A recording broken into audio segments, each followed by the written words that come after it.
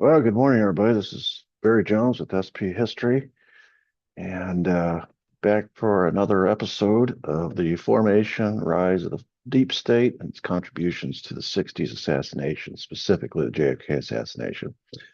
Before we begin today, a little cleanup on aisle four. You do enough talking, you're going to eventually say something that's not true. I used to run into this every now and then when I was full-time teaching my students. You teach 7 periods a day, and at the end of the day, on your way home, it's usually when it would happen on the car ride home, you'd think about what you taught. You're like, why did I say that? That's not true. Next day, you'd have to clean it up a little bit. So yesterday, in my intro to why I devote so much time to the Malcolm X assassination, I made comment that it was because it was the first assassination of that period. And of course, that's not true. It wasn't the first. It was in 65.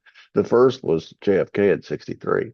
What I meant to say is that it was the first time where we saw a template established for future assassinations, for the deep state dealing with future problems. And what I mean by that is the surveillance, and the term I use is rat fucking, of Malcolm X began back in 54. This is 9 years before the JFK assassination. And I mean, if you really want to be technical about it, well, he was still in prison as a juvenile delinquent. And then he joins Nation of Islam, which they're already in process of surveilling Elijah Muhammad. So now he comes under that surveillance. Pretty quickly, the FBI realizes that the real threat is Malcolm X. It's not Muhammad. Muhammad was trying to create a religious movement, and Malcolm X was trying to create a political movement. And he was uh, using, you know, pretty inflammatory rhetoric, to say the least, especially in his early days. He was talking about, you know, instead of singing like Martin Luther King's group with SLC was doing, he said we should be swinging. He's talking about self-defense. He's talking about violence, revenge, fighting. He created, he was recruiting into this Nation of Islam, these paramilitary, these young African American, recently released from jail, a lot of them, into this paramilitary organization, complete with uniforms and everything. He kept talking about a coming race war, and it looked like he was preparing for it. He was talking about black separatism, creating an independent black state. So pretty quickly, at least as far as Hoover was concerned, the real threat was Malcolm X. And so the the objective of the FBI, once they got inside, they started infiltrating the organization. Uh, According to Elijah Muhammad, who was aware, the FBI honeycombed the leadership Nation of Islam, which was less than 10 people, with at least three top level informants, so about a third. And they used that opportunity to sow discord, strife, create a wedge, division between Malcolm X and Elijah Muhammad, and stir up factions. And they are hoping that they could create enough hostility within that the Nation of Islam would take care of their problem for them. And they would, the FBI would be able to discredit the organization, but the Nation of Islam would take care of Malcolm X, effectively take two birds out with one stone. That was what they're hoping. And things got bad pretty quick as far as the rhetoric was concerned, and the hostility, to the point that J. Edgar Hoover created a COINTELPRO program, counterintelligence program, COINTEL. This was in 56. This predates anything to do with JFK. They were already focused in on what they believed was the biggest threat to America at this point in time. It was an internal threat. And so, and what you have to do in a situation like that is you got to create a pretext, right? Wasn't hard with Malcolm X. He's running around with this inflammatory rhetoric, uh, talking about violence, stirring up trouble with Martin Luther King and the SCLC. And then he goes on this Hajj, and when he returns, he starts making nice with Martin Luther King. This was Hoover's biggest fear. You know, as long as he kept those three divided, Muhammad over here, Martin Luther King over there, Malcolm X somewhere else. But if any two of them ever linked up, that was going to be a real problem. And when he returned from his Hajj, that's exactly what he started doing.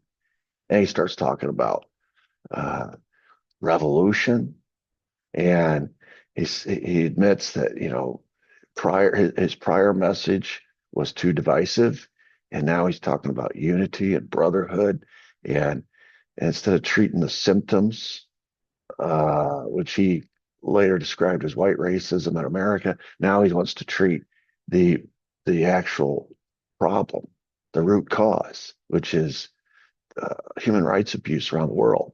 And of course, he attributed that human rights abuse to unrestrained capitalism, which leads to unrestrained greed, which causes imperialism, colonialism, where the powerful nations of the world go into the weaker countries of the world, steal their resources, enslave their people, create markets where the indigenous peoples are dependent upon the mother country for all their goods.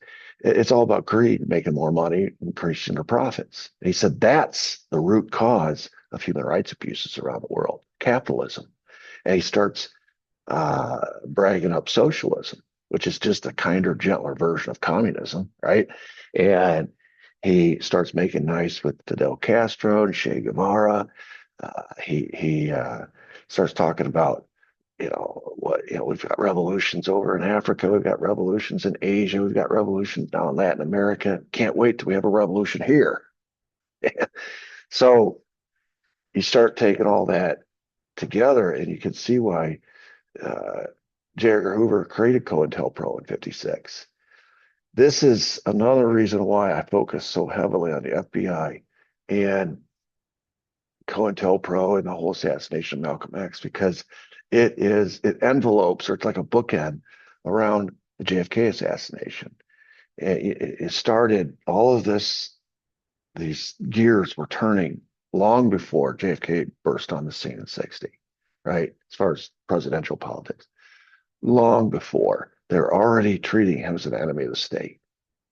And then after JFK's assassination, you see the lengths to which they would go to use the intelligence agencies of the United States, in this case the FBI, to go after this enemy of the state and to create a situation that was ripe for assassination, and up to and including even rigging the investigation afterwards, up to and including even, though they knew differently, though they had evidence to the contrary, allowing for two innocent men to go to prison for 20 some odd years before they were finally released, creating patsies and letting their lives be ruined so as to cover themselves.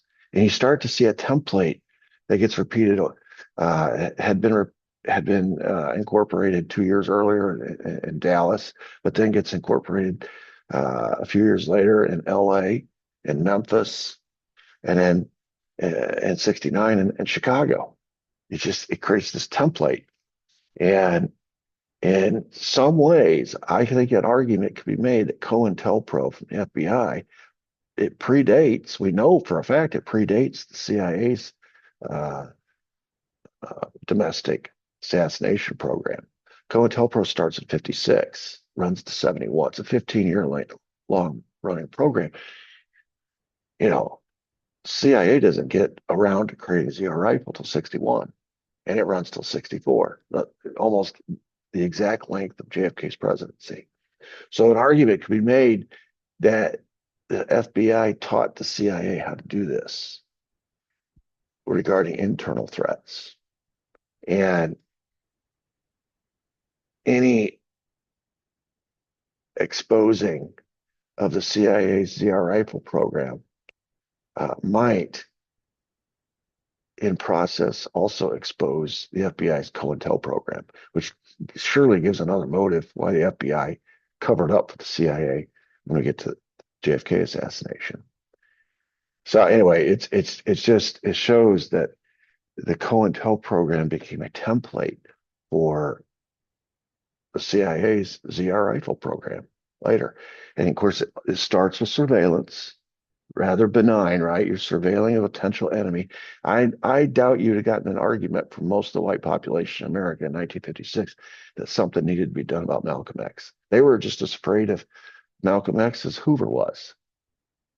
So you create this pretext through surveillance. You release all this information. It scares the public. And then you start graduating, transitioning from just surveillance to infiltration with informants, with stoking the divisions from within, trying to create divisions, trying to drive a wedge, trying to create hostilities that will result in violence that you can come in later and clean up, though you created it. That's what rat fucking is. You infiltrate the enemy and destroy it from within. That's what COINTELPRO was. It was rat fucking. And J. Edgar Hoover invented it in 1956. And then the CIA had its own enemy. 5 years later, by the time we get to 61, his name was JFK. And so they take their foreign, their international assassination program, executive action, and create a counterpart here in America for an American target. And both of these programs involve surveillance. Both of these programs involved infiltration. Both of these programs involved setting up patsies. Both of these programs involved corruption of the investigation afterwards, intimidation of witnesses, the destruction of evidence, on and on it goes. Both of these programs were intelligence operations. And I would submit this, the FBI taught the CIA how to do it. And so that, to me, if you understand the Malcolm X assassination and all the behind the scenes machinations of the FBI, then you'll understand what happens with JFK. You'll understand what happens with Martin Luther King. You'll understand what happens with Bobby Kennedy. You understand what happens with Fred Hampton. It all makes sense because, yes, the FBI and CIA are distinct organizations with different purposes, different agendas, different objectives, different charters and legal jurisdictions. But essentially, they are both intelligence operations. And as such, they operate using many of the same tactics. So that's why I want to spend so much time on the Malcolm X assassination, though it is not the first assassination of the 60s. It was the second. Where we left off was this memo in 64 from Hoover, in all caps, ordering the FBI to, quote, do something about Malcolm X. Now, I find this interesting. It's kind of amusing because it's not like they haven't been doing anything. They've been after Malcolm X, Nation of Islam, Elijah Muhammad, mainly Malcolm X. They've been after him since 54. So it's 10 years. But now he has risen to a new level of problem. This is no longer a civil rights campaign. This is no longer about the evil white man and racism, which in his view is bad enough. Now it's risen to the level of him attacking capitalism, promoting socialism, attaching himself to Che Guevara, Fidel Castro, promoting revolution, joining with Martin Luther King, potentially becoming this black messiah that Hoover was so paranoid about. There's just, I could go on. There's a whole host of reasons that he has now risen to a new level. He's got all these allies around the world now. He just went on this trip around the world, was treated like a foreign diplomat. You know, they rolled the red carpet out for him. His movement has exploded from this little bubble of Nation of Islam, which was localized. It was here. It was just domestic. Now it's worldwide. It's international. He's becoming an international phenomena. And Hoover is concerned. And, you know, he only has himself to blame. All that poking around and rat fucking he did that created all those divisions and got him kicked out of the Nation of Islam. He has enabled, the FBI has enabled Malcolm X to have a bigger platform. As long as he was in the Nation of Islam, he was under the thumb of Elijah Muhammad. And Elijah Muhammad, as far as they could tell, was not a threat. If they had kept him bottled up underneath Elijah Muhammad, he would always take Elijah Muhammad's orders. He would always be obedient. He would always be number two. He would be under the control of somebody that they felt was not a threat. But now he's a loose cannon. He's a free agent. He's out there. He can do what he wants. He's free. So I think what we're going to see today is a whole new level of interference by the FBI, a whole new level of rat fucking, trying to eliminate this, what Hoover deems to be a threat.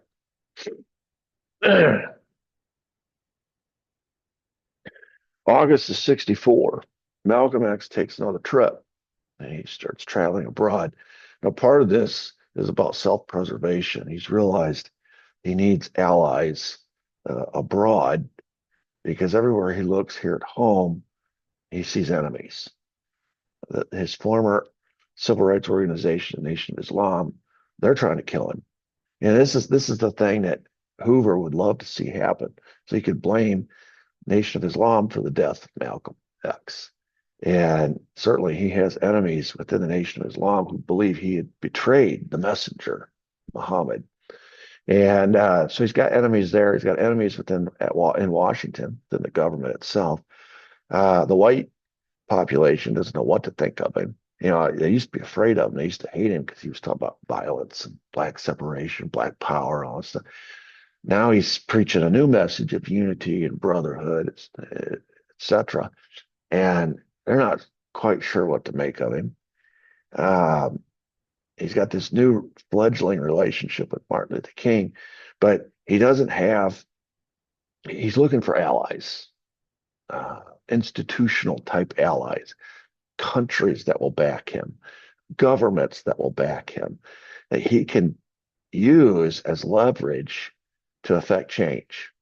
It's one thing when you're just an independent voice, but if you get countries and governments on your side and you go speak at the UN, for example, or you speak in any venue, and you have that kind of backing, you become larger than life and your message gets amplified that much more. So he's looking for allies, according to Professor James Small. But of course, back home, they just keep accusing him of trying to create divisions between African Americans and here at home, but also between African Americans here in the United States and in Islamic countries. And it appears on the just to an observer is that he is more popular abroad in these Islamic countries than he is at home within the African American Islamic community. And so it's creating a division between Islam abroad and Islam here at home. This is one thing about Malcolm X. You hear that expression, you either love him or you hate him. There's no middle ground on Malcolm X. There's nobody who's ambivalent about him. They either love him or they hate him. They trust him or they don't. They think he's on their side or he's an enemy. They follow him or they want to kill him. And it's very black and white when it comes to people's views of Malcolm X. And so even though he's trying to, again, he's talking about unity and brotherhood with all these different Islamic countries as he travels around. The accusation back here at home is that he's trying to divide Islam or Muslims abroad from Muslims here at home. And I don't appreciate that. When he was in Cairo, this is his life had been threatened many times to this point, and there had been attempts on his life, kind of ham-handed, clumsy attempts. This is the first one that indicates there's a plot in his life that rises way above what the Nation of Islam would be capable of, or way above what just some lone nut or somebody who has a grievance against him, what they could carry out. Look what happened. He goes to Cairo. He's on this. He's meeting with uh, Abdel Nasser, the king of Egypt, basically. That's who he's meeting with. He's having dinner with him. And at this dinner, he's poisoned with enough poison to kill 10 men, according to Maxwell Stanford. I mean, it was a severe dose. It was supposed to kill him while he's eating dinner with the Egyptian king. He survives. I don't know how he survived. Miraculously, he survives. Of course, he's severely weakened by it. And they do an investigation. Nobody ever finds out who was responsible for it. But you realize at that point, if you're Malcolm X, you have to realize at this point, this is an indication of a high ranking plot. If you can get into the dinner dinner table in the Egyptian palace with the Egyptian king and poison the food that his guest is eating, this is a plot way bigger than anything the Nation of Islam could carry out. Reminds me of people who say, well, I think, the House Select Committee, for example, House Select Committee came out late 70s and said, well, we know that the assassination of JFK was a conspiracy. We don't know who. We think it was the mob. And I just laugh at that. It's laughable. I think the mob was involved, sure, but could the mob get JFK to come to Texas? Could the mob get JFK to go to Dallas? Could the mob get the motorcade route changed? Could the mob get the Secret Service to lay down on the job? Could the mob rig the autopsy? Could the mob rig the Warren Commission? I mean, there's so many things the mob just would not have the power to do. But to put all the blame on the mob, wow, it's unbelievable. Well, here, what the FBI would like people to believe is that Malcolm X's life is in danger because he's pissed off the wrong civil rights people. So that means Nation of Islam. They're mad at him. So the Nation of Islam's trying to assassinate him by poisoning him while he's eating dinner with the king of Egypt in the king's palace. I don't think that didn't even pass the smell test. And that was August. In December of 64, Che Guevara came to New York to address the UN. Now, remember now, there's rumblings that Che Guevara and Fidel Castro and Malcolm X met on one of his trips abroad. If you read, I mentioned this in yesterday's episode, if you read Malcolm X's diary, there's a lot of hints alluding to a meeting between himself and Che Guevara and Fidel Castro. There's a lot of similar lingo, talk about socialism, revolution, et cetera, et cetera. He never misses an occasion to brag up the Cuban Revolution. And he already has that prior relationship with Fidel Castro when he put him up in the Hotel Teresa, that time when Castro couldn't find a hotel in New York City when he came to speak at the UN. So here is Castro's number two, essentially, coming to New York to address the UN. And since he's coming to New York, where Malcolm is, Malcolm invites him to come to the Audubon Ballroom to speak at a meeting of his new organization. He creates a new organization called the OAAU. And Che accepts the invitation. But then, after having his security sort of do some advance work where he realizes that the OAAU meetings were not secure. And so he writes Malcolm X a letter and he says that security conditions are not good for my participation in this meeting. In other words, he's saying, I'd love to come speak at your meeting, but your security is terrible. It's just awful. And I would not, my security won't go for it, number one. I'm not safe there. And it could have served as a hint to Malcolm X of things to come. You might want to think about this for your own safety. and get some better security. Because as you all know, less than a year later, Malcolm X will be shot and killed in that same venue, Audubon Ballroom, during an OAAU meeting. So, unfortunately, Che Guevara's words turned out to be prophetic. Che added, uh, quote, receive the warm salutations of the Cuban people, and especially those of Fidel, who remembers enthusiastically his visit to Harlem a few years ago. United, we will win. So he's referencing that time when Malcolm X put him up in Hotel Teresa. And he's basically saying, hey, say hi to all your people and receive our warm salutations from myself and from my boss, Fidel Castro. And he reads that at this meeting. And included in his address to his people, he says, quote, I love a revolutionary. He's talking about Che Guevara. One of the most revolutionary men in this country right now was going to come out here and speak, but he thought better of it. And he was trying to appease the crowd who came to hear Che Guevara and were disappointed when they found out he wasn't there.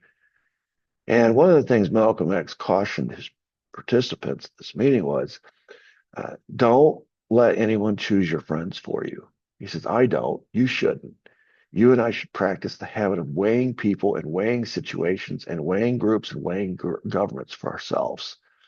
He's warning this is another message. This is an important message for any demographic.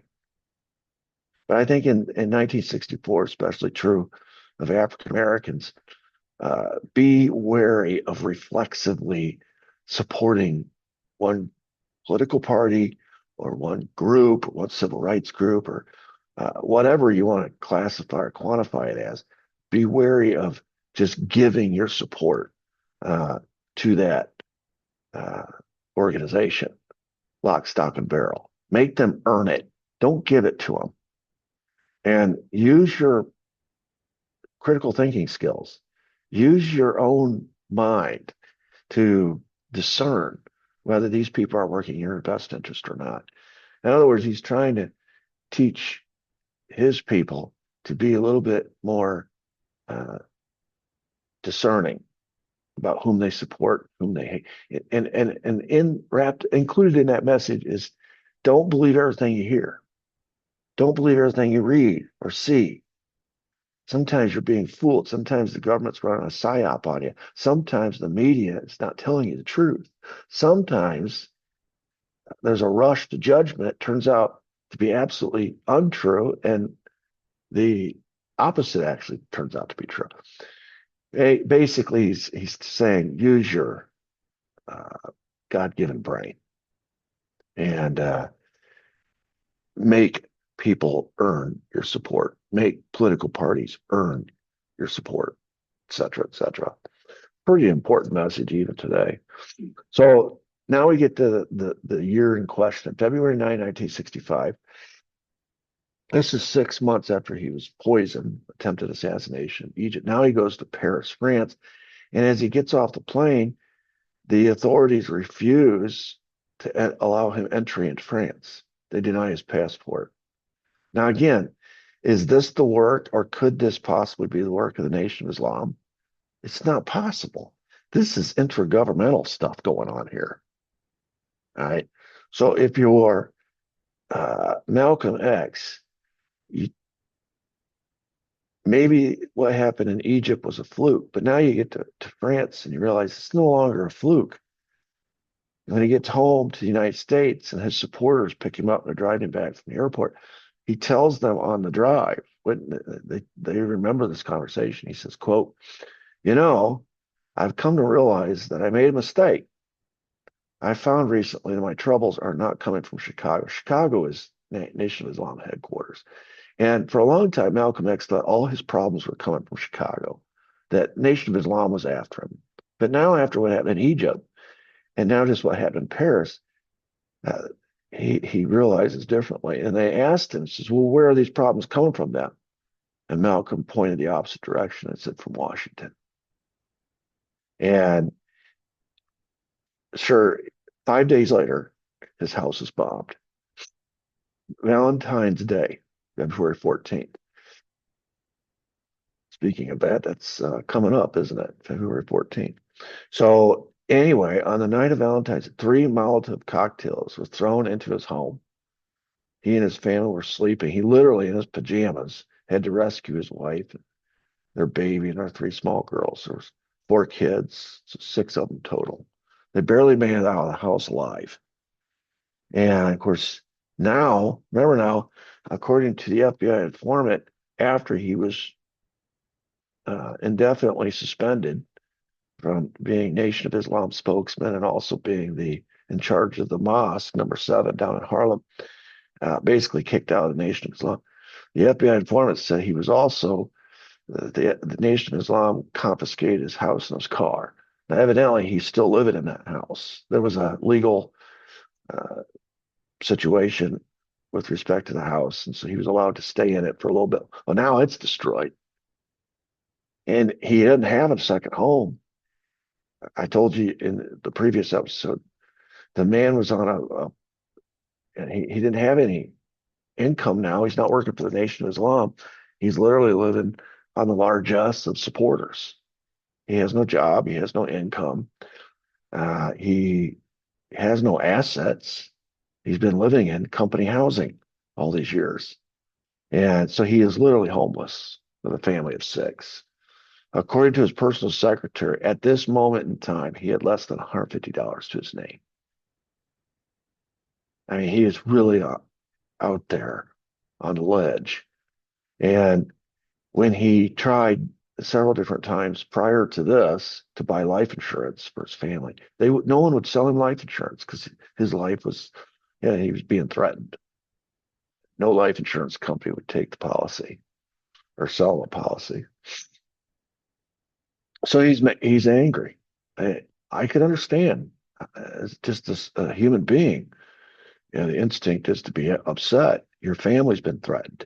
You stood out all night in the middle. February in New York, it's cold, snow, and they stood out all night in the snow when their house was on fire in their pajamas, and now they're homeless. He was really angry, according to Muriel Feelings, and said some things that incriminated the nation. In subsequent speeches, he kind of blurted out some things, thinking it was the nation that had attacked his home or his wife and children. He had to come out of his home and hand his children to the windows in his underwear. And he was having a hard time reconciling what he suspected was an assassination attempt by his former organization he helped build. And he was really angry. He was really bitter about it. And he was trying to process all that. But a week later, he's assassinated. So we never got to see him work through, come out on the other side. We just saw a progression of threats culminates pretty dramatically, pretty quickly. You got the deal in Egypt, and then you got the deal in Paris, and he comes home. He makes that cryptic remark on the car ride home from the airport. Then his house gets bombed, and a week later he's dead. So the question is, who are Malcolm X's enemies when looking at possible suspects?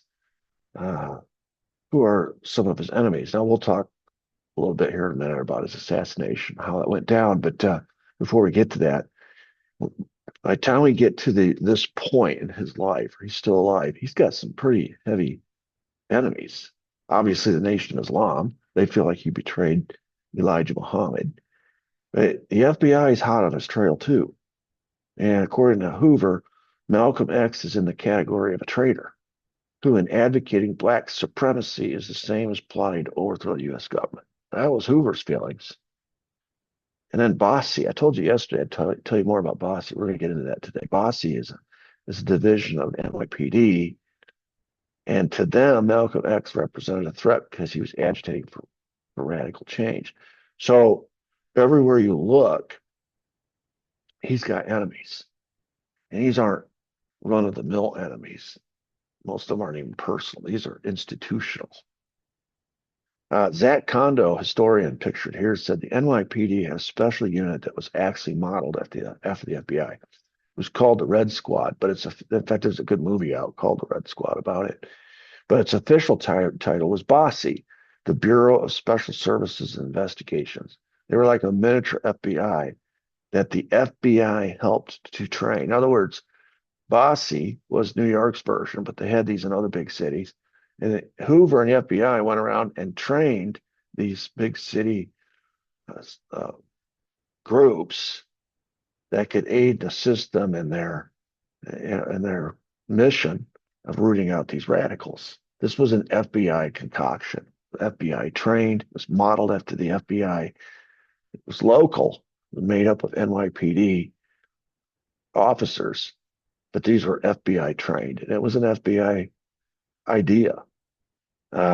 Steve Fischler, filmmaker who made that movie, Red Squad, said they saw certain organizations, Bosse did, as threats, and they wanted to destroy those organizations. Bosse saw a threat as anyone who was agitating for radical change. And of course, Malcolm was agitating for radical change, so they saw him as a threat. Now, Malcolm was aware of Bosse. In fact, he'd point at him in his speeches. He'd say things like, quote, "We see that they have surrounded us with many of their own agents, in uniform and out of uniform, who have spent much time here in Harlem posing as peace officers and at the same time breaking up the peace of Black people." The infiltration of the rat fucking of Nation of Islam, the infiltration and stoking of hostile tensions and trying to create wedges and et cetera, et cetera.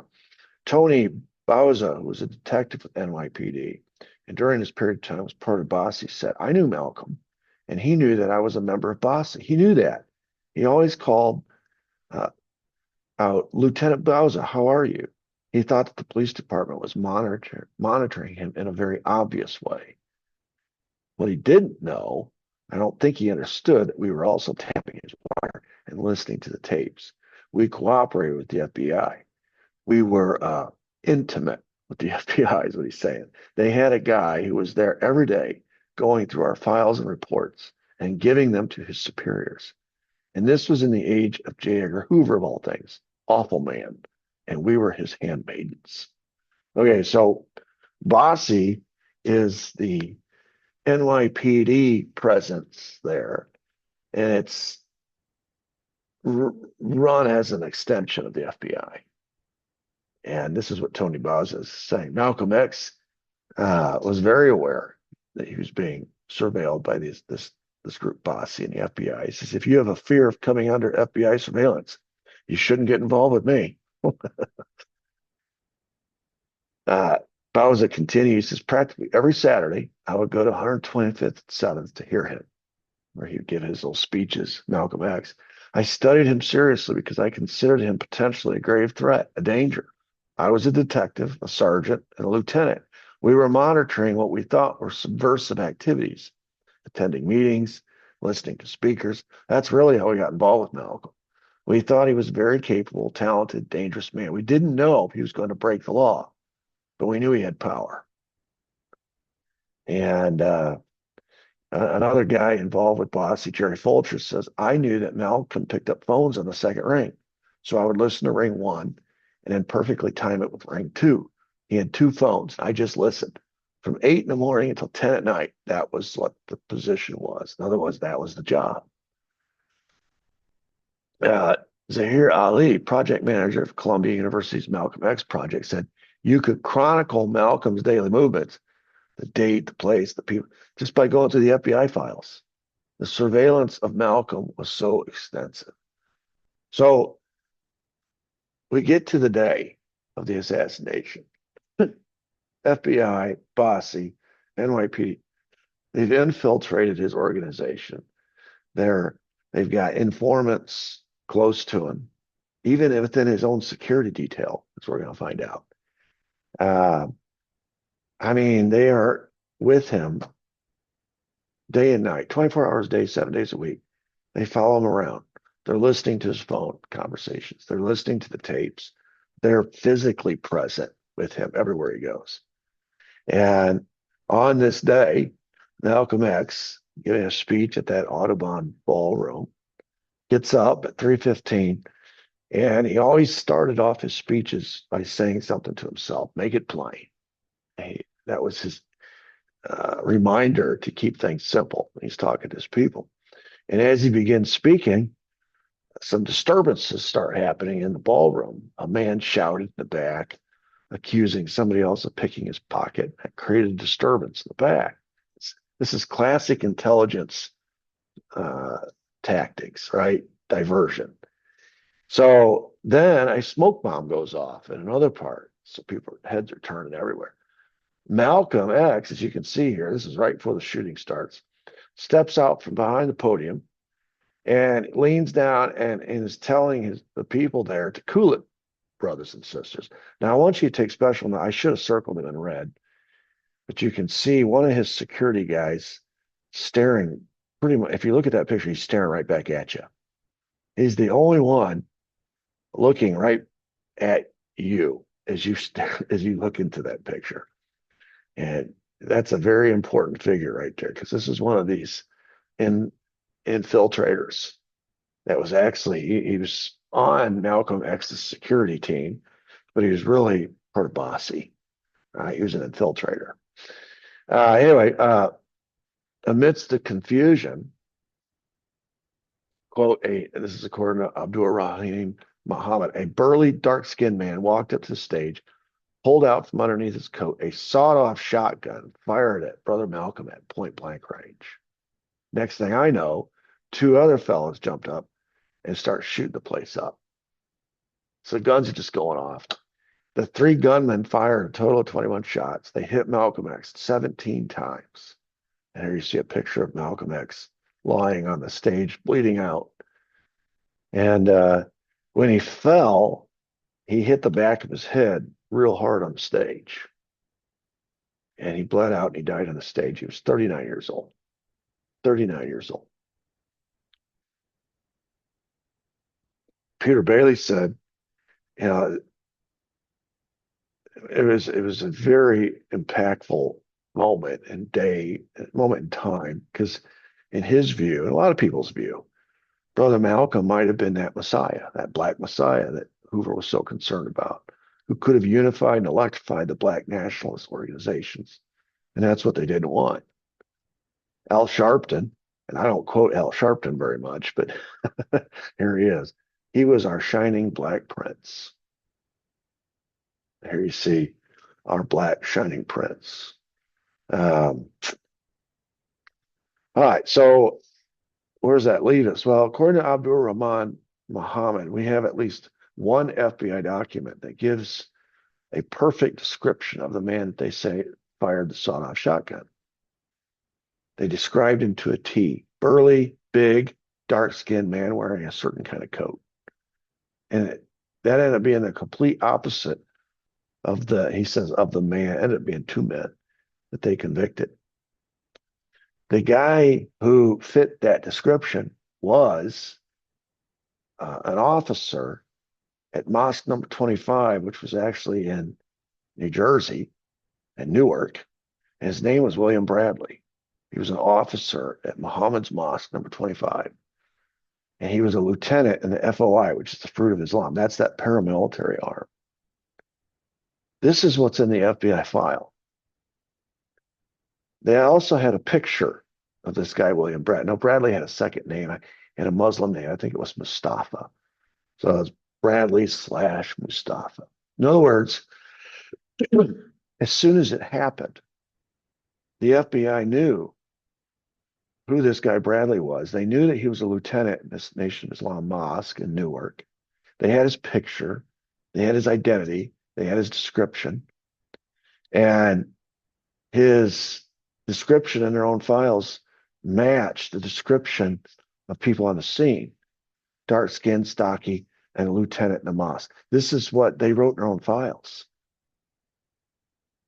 Now, as NYPD starts conducting an investigation of the crime, the information that the FBI had and Bossy had, they said, we're not going to share it with NYPD.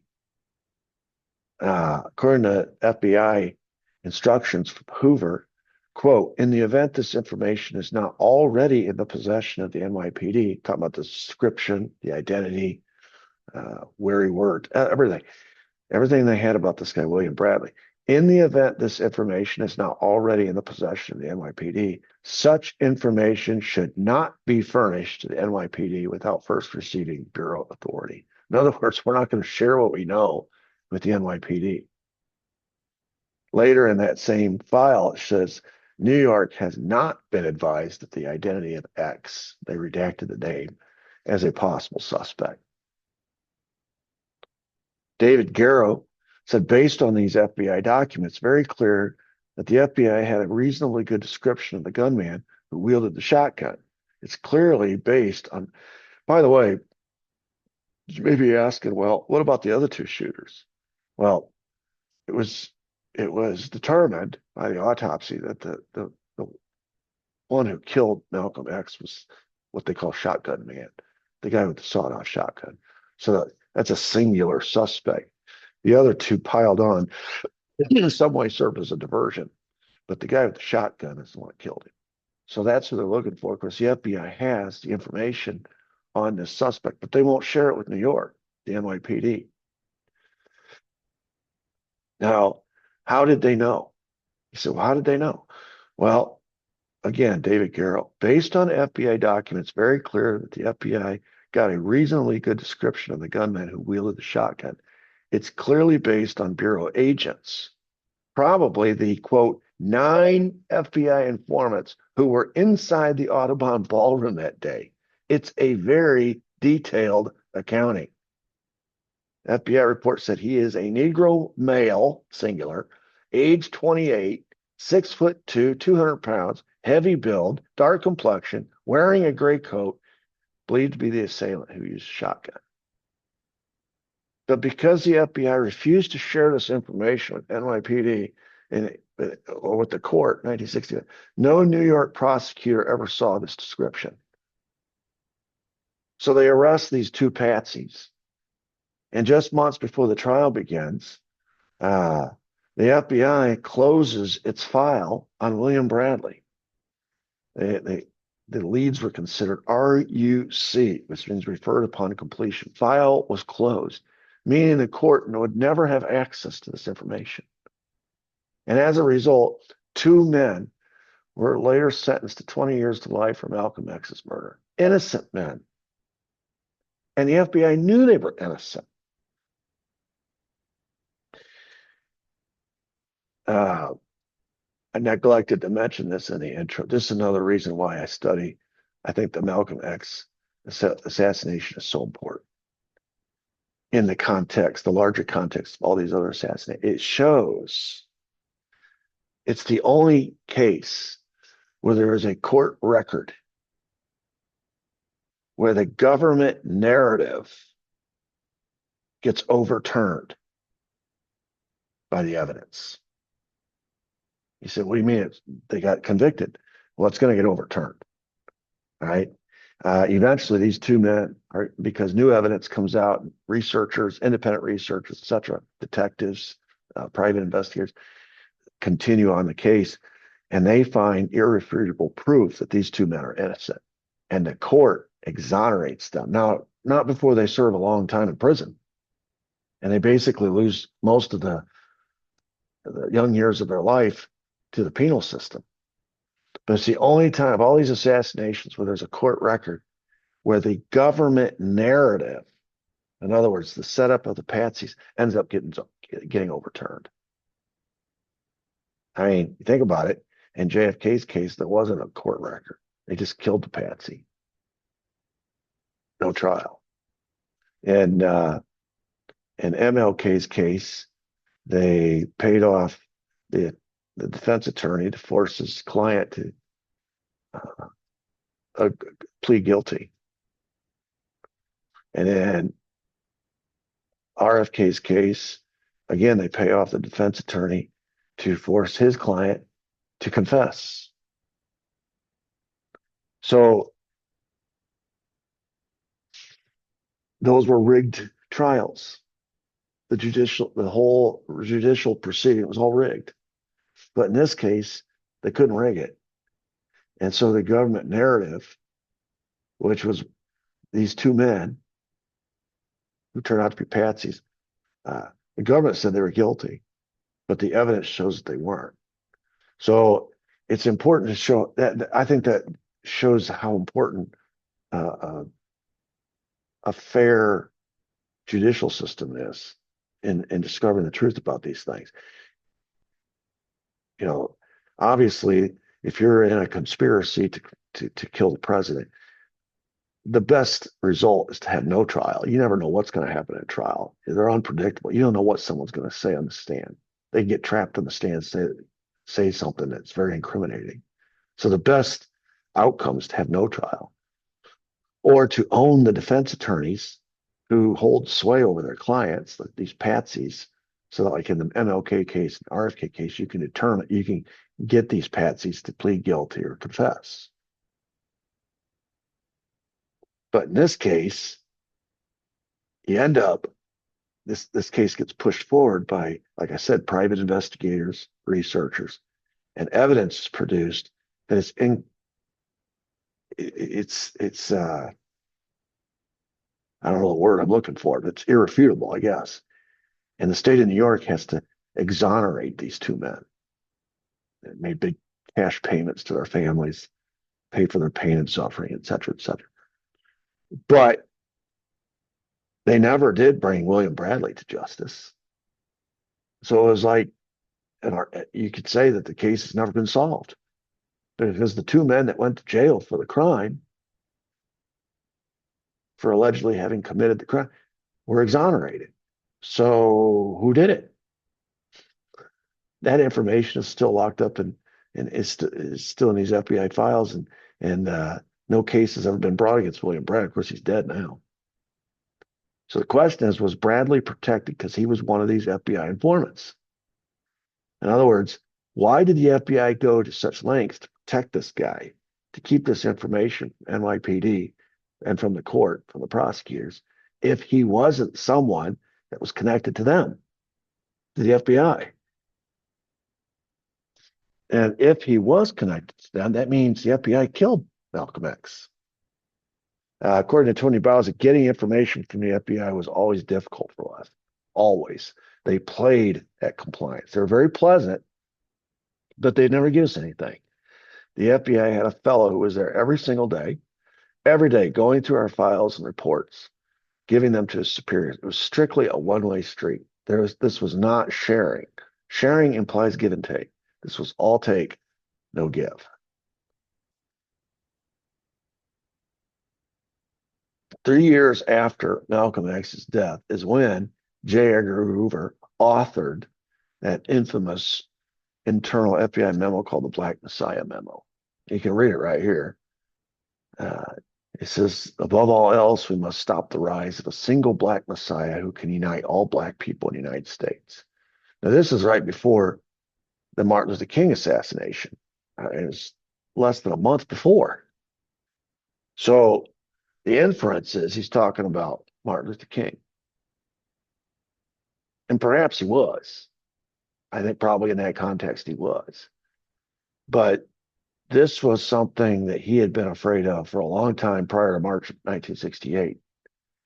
And when you see the links to which the FBI, now remember, this is the abridged version. If you want the full story of what happened and how it went down, I did a 10-part series, Malcolm X assassination, on my Standards Plus History Academy channel, YouTube channel.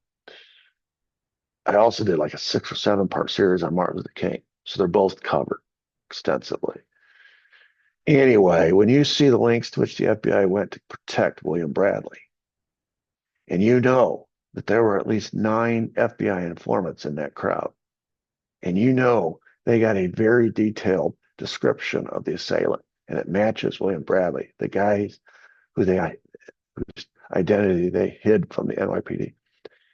The question arises, who was this William Bradley? Was he an FBI informant? Was he one of these FBI informants? Because if he was, that means the FBI killed Malcolm X. And when you fast forward to 68 and you study the Martin Luther King assassination and you see the FBI's involvement there, you realize that it's very likely that the FBI, through its COINTEL program, which I said was the precursor to the CIA ZR rifle program, you identify a target, a threat to national security, an internal threat. Even though he's an American citizen, you identify him through surveillance. You use every means at your disposal to try to take him out, setting up a patsy, having done it. But in the end, you take him out. So it's very likely that the FBI took out both Malcolm X and Martin Luther King because both or either one represented an existential threat to white America, to America at large, because both or either of them could have been that black messiah that Hoover warned about. Either one could have risen to the right. Martin Luther King more likely could have risen to the level of president. Doubt Malcolm X could ever be palatable to white America enough to get white votes. But I think Martin Luther King could have. And both of them, in their own way, represented a threat, the potential to be this black messiah. Dr. John Fox, the FBI historian, said in '69 the tactics of COINTELPRO were always meant to disrupt the ability of groups to focus and to coordinate their activities. Now, here's where we find out what happened. Okay. This is where this evidence just keeps dribbling out. 2021, a guy named Raymond Wood is dying. Excuse me.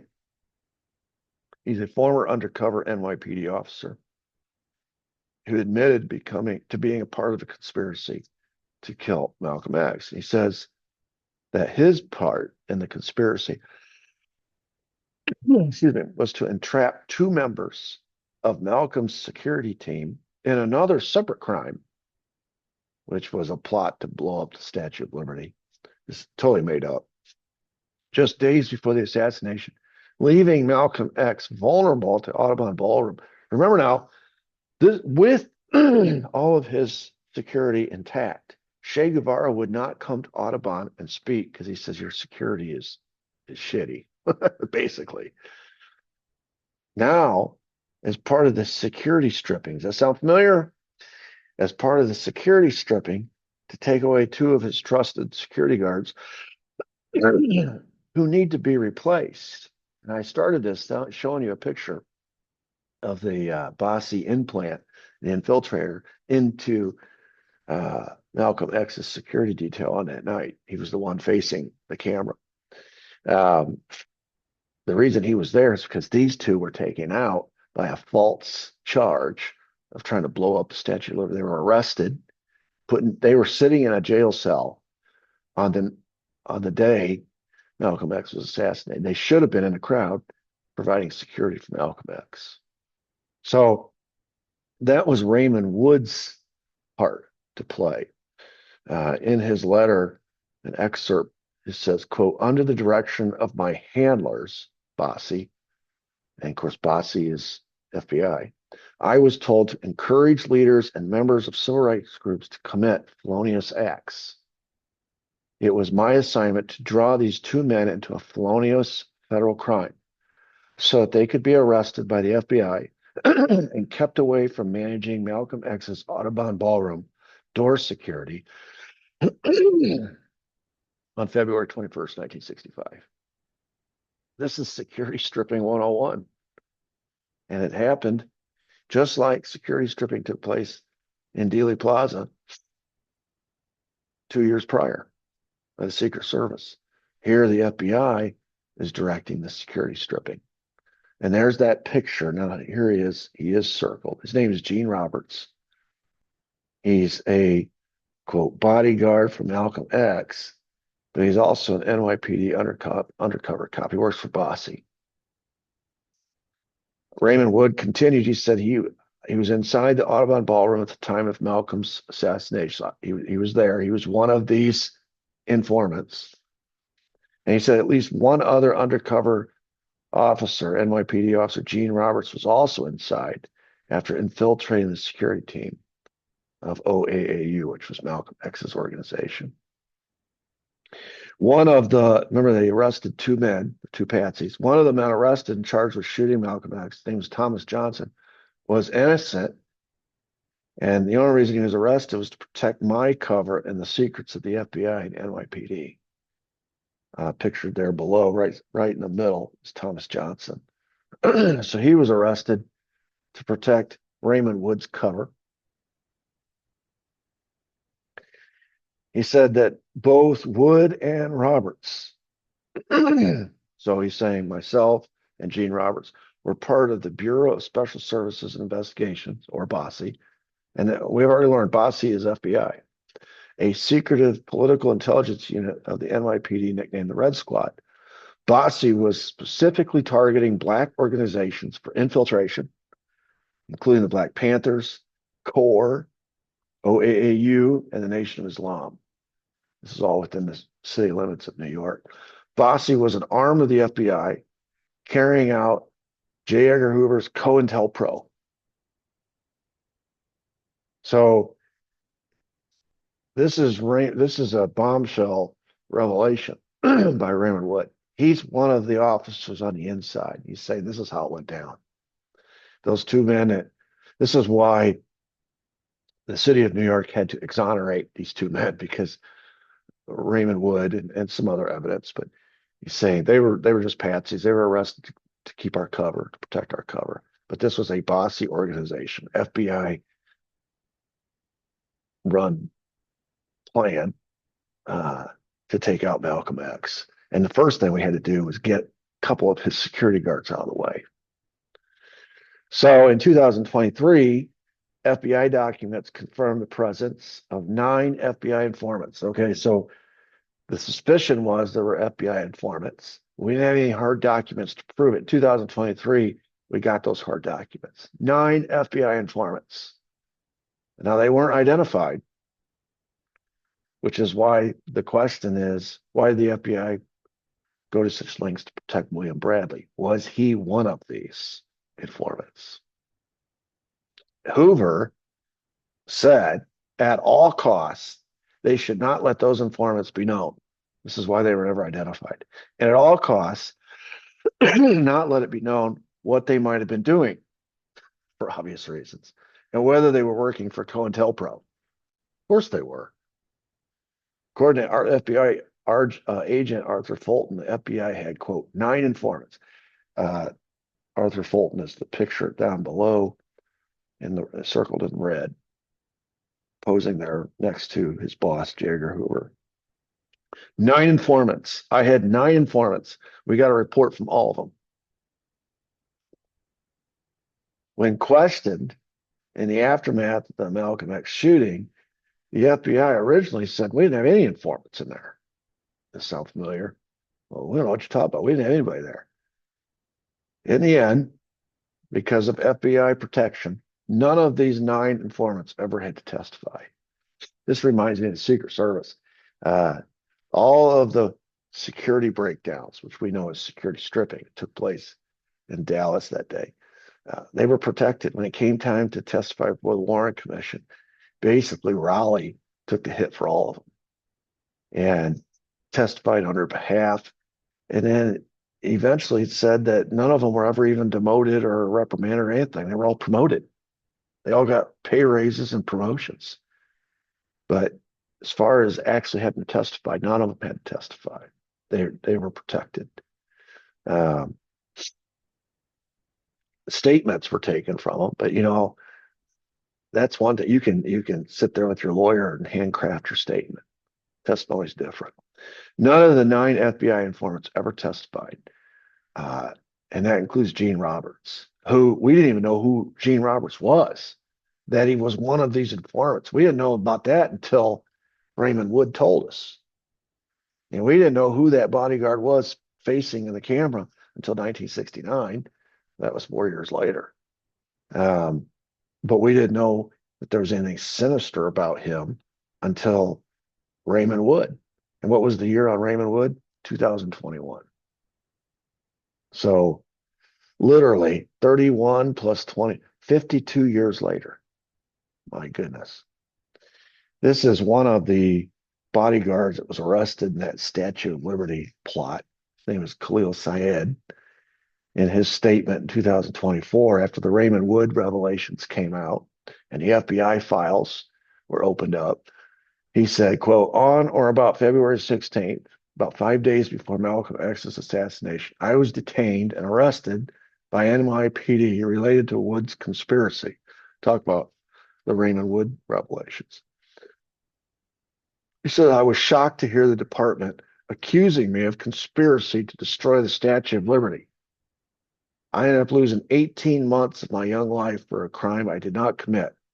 I believe I was detained in this conspiracy by the NYPD, BOSSI, and FBI in order to ensure Malcolm X's planned assassination would be successful.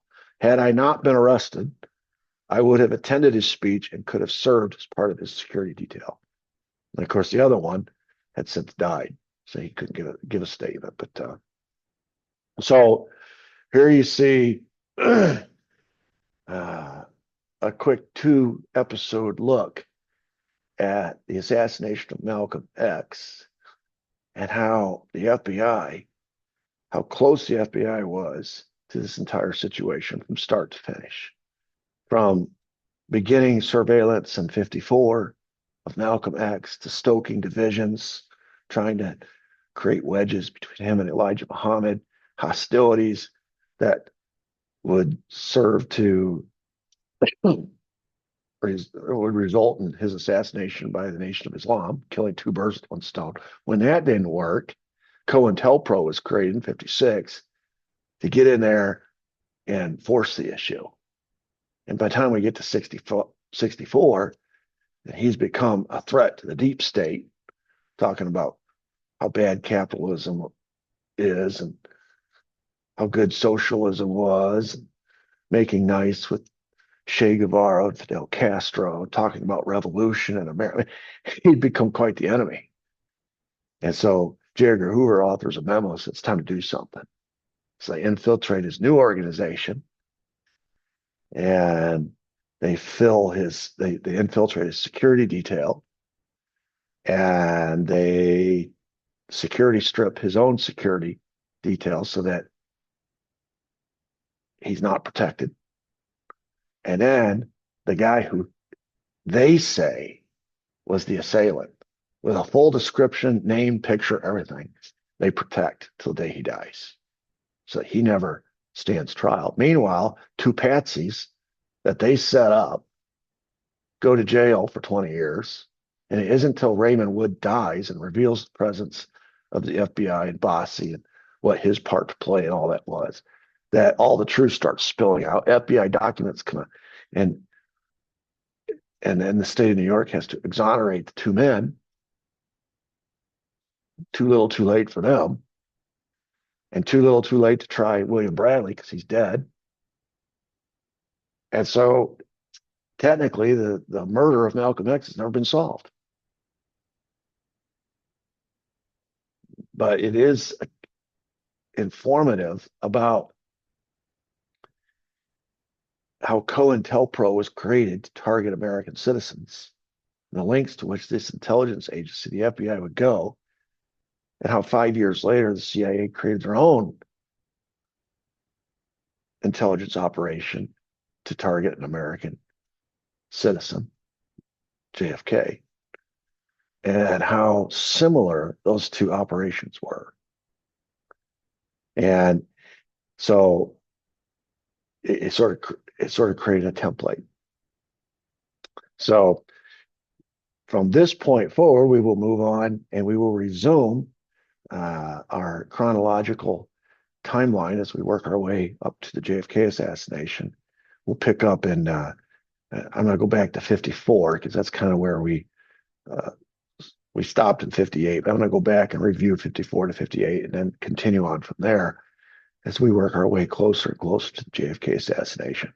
But I think we can see now that there is at least more evidence to say that the FBI killed Malcolm X than there is to say that the 2 patsies that were set up did it. In fact, they were exonerated by a court of law. The FBI Can't say the same. And the informant that they protected can't say the same because he never went to trial. They protected him. I think that says a lot. Who got protected and who didn't. And that's something to just file away in the old memory bank as we get closer and start looking at the JFK assassination. Because these intelligence operations, this is why they never wanted to reveal their methods and sources, primarily their methods, because they use them over and over and over again. Same methods, same patterns. Okay, that's it for today. Until next time, God bless. Thank you.